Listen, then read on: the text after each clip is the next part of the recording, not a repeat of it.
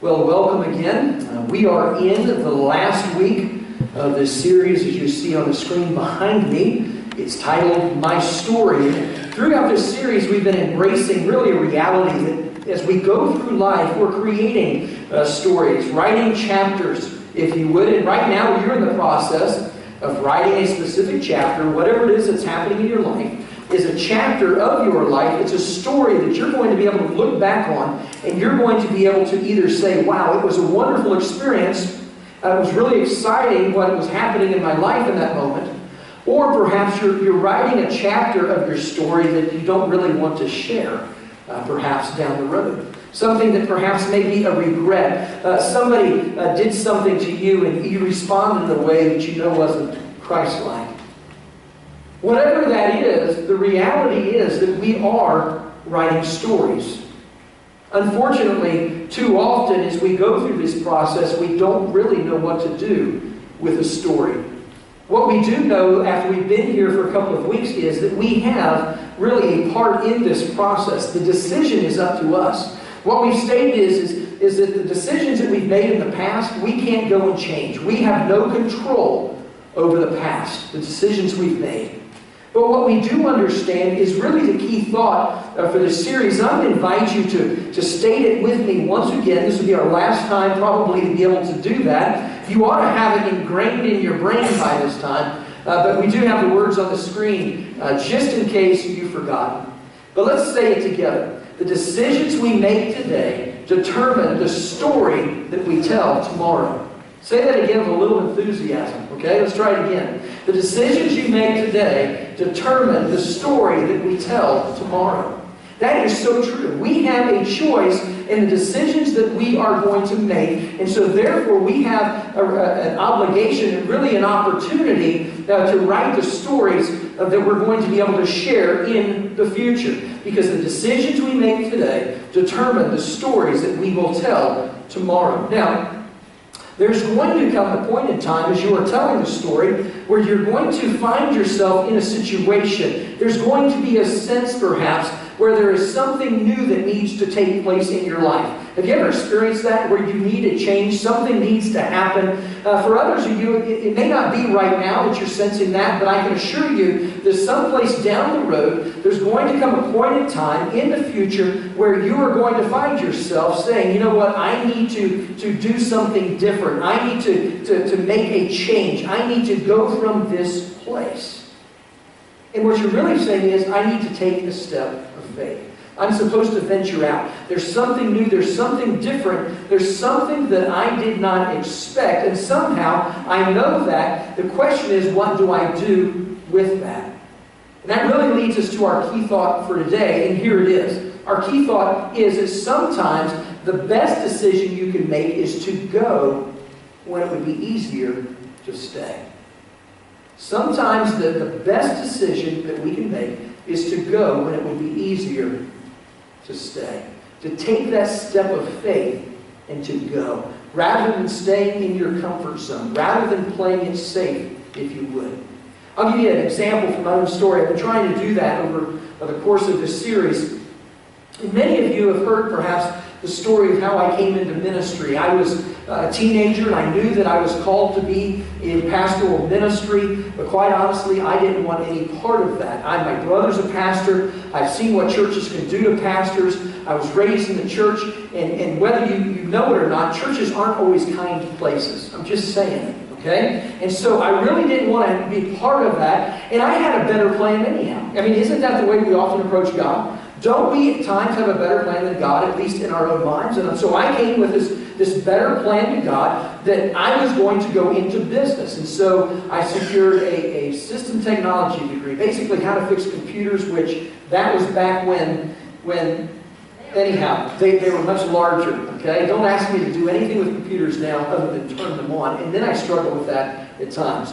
I also got a marketing management degree and was going to go into business and did go into business and worked at a large company in Orlando, but left there because I knew that wasn't where I needed to be. I needed to be doing something else, and so I drove for UPS. I wanted to see what Brown could do for me. And I drove for UPS for a period of time, That wasn't the ticket, and so I ended up going and getting my elementary education degree. I figured I could compromise with God in business, and if business didn't work out, sharing my faith there, then I could go and I could teach children. And certainly I could have an influence in their life. Not just because I'm bigger than they are, but also because, well, I had an opportunity to influence them, to help shape their young minds and their young lives. And so I figured I would compromise with God and would go into elementary education. And so I got a degree and started teaching elementary school. In fact, I went for an interview at Shingle Creek Elementary School. Shingle Creek Elementary School. I don't know what their mascot was, but it was there. And went for an interview to teach 5th grade. And I left the interview. If you've ever left an interview where you just know you nailed it, I mean, you hit it out of the park, you feel really good about it. And so I got back and I called Susan and I told her that I thought the interview went very well. I was certain that I was going to get the job, but that wasn't where I needed to be. And she says, no, you're supposed to be in pastoral ministry. That was not what I wanted to hear from her. I expected to hear that from God, but I didn't want to hear it from my wife. I wanted her to say, Kevin, I'm so proud of you. You've worked so hard, and now that you're going to be teaching and shaping and molding these young minds, and yet she says, no, you should be in pastoral ministry. And in that moment, I had to go from what was very comfortable. I'm bigger than the kids, you know? I can control those kids. And honestly, I like working with children for a couple of reasons. First of all, I can intimidate them, right? But also because kids will tell you to your face what they think of you. Us adults, what do? We do it behind the back. I'd much rather have people be up front with me. And so I wanted to teach kids. I felt very comfortable. That was my comfort zone. And yet I had to step away from that comfort zone and go to where God was calling me to go. And it blows me away to think that I can look now back on that chapter of my life and realize that the story that has been written since, and the reason that I'm here today is because I was willing to go when God called me to go, when it would have been so much easier to stay. So much easier to stay. Sometimes the best decisions that we can make is to go when it would be so much easier to stay. So we've been asking ourselves, how do we live this story? How do we live a story in this life that's worth telling? And we've gone to Hebrews chapter 12, verse 2. It's a scripture text that has hopefully been, again, just ingrained in us as we've gone through this process. In fact, I want to invite you to read this with me. I'm going to pause you in the reading of this, though, because I just want us to draw out some things from it. But let's begin by reading it together. Hebrews chapter 12, verse 2. Let's start. Let us fix our eyes on Jesus. Pause. Let us fix our eyes on Jesus. It doesn't say let us fix our eyes on our circumstance. It doesn't say fix our eyes on our situation or on our options. But instead it says to fix our eyes, to fix our thoughts, to fix our minds on Jesus Christ. And then it does something incredible. It tells us who He is. And so it says, let us fix our eyes on Jesus. Read with me. The author and the perfecter of our faith. Now we've already really laid out the reality that as we write this story, we want the author, which is Christ, to write this story for us. We agree upon that. But now we come to this point in time where we're being called to go when it would be so much easier to stay. To go to some place that is uncertain rather than stay where we're comfortable. Where we have this zone area, if you would. So not only do we have the author, but we have the perfecter of our faith. You know what's going to be required of us to step out and to go, to leave what's comfortable? It's going to require faith, isn't it? And so we fix our eyes, our minds, our hearts on Jesus Christ. Why? Because He's the author of the story of our life, but He's also the perfecter of our faith that helps us live that story that He's called us to live. The story that He wants us to tell. And so we've made 4 decisions. 3 up to this point. Hopefully we make one today as well. The first decision we made was to start a discipline. Why start this discipline? Because we realized that when we start a discipline, there are other disciplines that come out of that. If you want to hear about that, you can check it out on the church website. But hopefully this discipline is helping us live that story that God is wanting us to tell. Week number 2, we decided that we were going to stop just one behavior. Stop one behavior that was inhibiting us, that was really preventing us, that was hindering us from living the story of what it should be. Last week, we decided to stay the course when it would be easier to throw in the towel, when it would be easier to quit, when it would be much easier just to walk away. And we decided that we were going to stay the course. Today, though, we're going to seek Jesus Christ. We're going to seek to focus on Him. We're going to fix our eyes on Him. Why? Because He's the author of the story He wants us to live. But then He also perfects our faith so that when He calls us to go, we don't decide to stay in our comfort zone. And how are we going to describe this? What are we going to learn? How are we going to learn this reality in our life? Well, we go to the Old Testament, like we've been doing through this series, and we find a story that I believe illustrates it beautifully. It's a story of Abram and Sarai. Now, they later became Abraham and Sarah. As you know the backstory, perhaps, that Abram was worshiping a false god, a moon god, by the name of Nanar. Now, in the first service, I told them that when I think of the name Nanar, I go back, and if you're over 40, you probably understand. You grab your earlobes, you go, nano, nano. Remember that? Who was that? Mork and Mindy? If you're under 40, you're like, what? Right? It was a bad time, but it was a great show. And so, that's not who we're talking about. All right? We have Abram who is worshiping the moon god by the name of Nanar, N-A-N-N-A-R. And here he is, and he is worshiping this false god, and the one true God comes to him and gives him a very simple and very direct command that's found in Genesis chapter 12, verse 1. This is what the Lord says. The Lord said, Abram, leave your country, your people, and your father's household. Leave your country and go to the land I will show you. Leave and go. Now, I know this seems rather obvious, but I'm going to say it anyhow. The reality is to go somewhere else, you have to leave where you're at. Doesn't that make sense? I mean, it's obvious. To go somewhere else, you have to leave where you are at. We have to leave what's comfortable. We have to leave what's predictable. We have to leave what is easy. Another way to say it would be kind of a point for us. To step towards your destiny, you might have to step away from your security. We know where God wants us to be. He wants us to be not just followers of Christ, He wants us to be imitators of Christ. If we're seeking to become an imitator of Christ, we know where we need to get to, and sometimes we have to be willing to step out to do that and to step away from what we find as secure, which oftentimes deals with the flesh.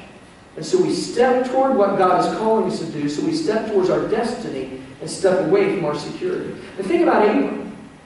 He's told by God to go to this place that he has never been before. Think about what his response could have been. Wait a minute, God, you don't understand. I grew up here. This is home for me. I know we don't have children, but I'll tell you that the school districts are amazing, right? And not only that, but my best friend lives here. We've been best friends since, I don't know, we were 10. And at the age of 10, we became just fast friends. We've been friends ever since. You know, I'm 75 years old now. God, that's a long time. I mean, we've been friends for 65 years. I get my hair cut by the same guy who has been cutting my hair ever since I was a little kid. He just lives just down the street. Does a great job, don't you think? And not only that, but when I take my car in, I can always trust my auto mechanic that he's going to treat me right. This is just a great place to live, God. And so I don't think you fully understand what you're asking me to do. You see, I'm comfortable here, God. That's what I know. That's what God's asking you to do. God promises them something as He continues though. He says to him, first of all, He says, I need you to be willing to go. Leave your country, your people, your father's household. Leave your country and go to the land where I show you. And then in verses 2 through 3, God says, I will make you into a great nation, and I will bless you. I will make your name great, and you will be a blessing, and I will bless those who bless you. And whoever curses you, I will curse. And all the people on the earth will be blessed through you. Abram could have said, okay, let me get it straight. God, I kind of get the part that you want me to venture out into a different land. I was kind of with you there, but you totally lost me now. Because you just told me that you're going to make a great nation out of me. I don't have kids. I'm 75 years of age. It's not that we haven't tried to have kids, we just haven't been able to have kids. We're childless. We can't have kids. And now you're trying to tell me that a nation, many nations are going to come out of us. Really? Now, have you ever thought that God has kind of lost it? Let's be honest. We have. Because what He asks us to do doesn't make sense. He throws out this outlandish promise. Babe, have you ever made a promise to God? Think about it. When you were in school, perhaps, God, if you just let me pass this test, I promise that I will study the next time. Right? God, if you keep me from being arrested, I promise I will never do this again. Right? Anybody else made promises to God before? You can raise your hand. It's okay. The rest of you are liars. I can live with that. We all make promises to God. What I want us to understand is that we're not changed by the promises we make to God. We are changed by the promises that God makes to us. Does that make sense? So often we make promises to God. That doesn't change us. We say we're going to change, but the reality is that we are changed by the promises, by believing the promises that God makes to us. Think about this. What if Abram decided not to go? What if he said, you know what, I'm just comfortable here, and by the way, God, I think you've lost it. I think you need to go back and rethink it. Here you are telling me that you're going to make a nation out of us. We're childless, in case you haven't noticed. I'm 75, in case you don't realize that. God, I think you just need to go rethink that plan. Until then, I'm staying right here. It's a whole lot easier to stay than it is to go, especially since I don't know where I'm going, and apparently based upon the promise that you've just given me, that you don't have a clue either, God. What if he decided to stay right there? Think about it. A lot of people refer to God as the God of whom? Do you know? The God of Abraham, Isaac, and Jacob. Did you ever hear that before? If Abram doesn't go, then there's no Isaac. There's no Jacob. He's not the God of Abraham, Isaac, and Jacob. We're not in Sunday school as kids singing that song, you know, Father Abraham had many sons. We're not doing that. Because he's sitting back, he's worshiping Nanar, the moon god, doing his thing. And yet he was willing to step out in faith. There's going to come a time in your life, a chapter, if you would, in your life, when you sense that there's something new, something different, that you are called to go, and you know you're supposed to go when it would be so much easier to stay. The question is, what do you do with that? God makes his promise to Abram. What does Abram do? I love how it's laid out here in Genesis chapter 12, verse 4. Very simply. It says, Abram went as the Lord told him. Abram went as the Lord told him. You know, if you don't go because of fear, if you just don't have that faith to step out, you don't know the blessings that you're going to miss out on. You have no idea what you might miss out on if you don't obey. See, sometimes the best decision you can make is to go when it would be easier to stay. But what does that look like in our own life? Let's step back once again, as we've done the previous 3 weeks. Let's ask that same question that we've been asking throughout this series. And the question is this: what does God want me to want? What is it that God wants me to want? How many of us are actually living the life that you believe God is calling you to live? That you have nothing in your life that needs to be rearranged or readjusted? How many of us actually believe that we have our spiritual stuff together? Not just on the outside, but where God sees it. I think all of us would admit and say, you know what, there's some areas in my life that simply aren't where they need to be. There's chapters that are being written in this moment that don't fall in line with what God would like to write, that would like my life to be. And so what does God want me to want? Because we know there's something that should be different for our story so that it can be what God wants it to be. And then comes the application question. Based upon what God wants me to want, what step of faith do I need to take? What is that step of faith that I need to take? God wants to tell this incredible story in our lives. What step of faith do I need to be willing to take? When He says go, that I'm willing to go and leave what is comfortable. What is it that He's calling me to? And I want you to think about it, because it really could change your life when one day you decide to go, when it would be so much easier to stay. And I also want to be very clear this morning. I am in no way telling you to leave your marriage. Do not ever leave this place, go home and say, well, you know what? The pastor said I needed to go.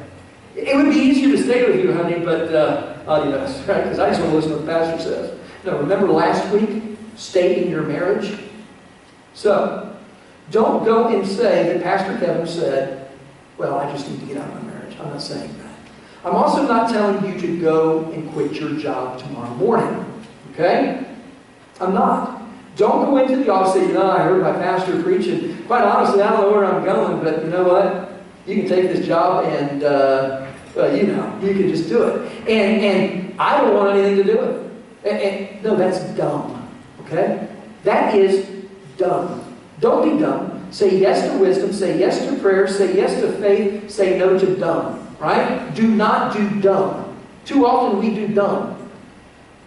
Step out in faith. Be people of prayer. Be people of wisdom. But most importantly, do what God wants us to do. Want what God wants us to want. What step of faith do we need to take? For some of us, it might be that we start a ministry. Don't know what that ministry may look like, but we know that God has been planting in our hearts for quite some time a desire to go out and start a ministry, to get involved, where a few months later you look back and say, well, I just can't believe how incredible it is. Your ministry might be to inner city kids in Harrisburg, or it might be even to students here at Hanover Church. Your ministry might be to go and become a foster parent. You don't have to get 6 all at once. You start with one. And you look back on the story. Down the road, you look back and say, wow.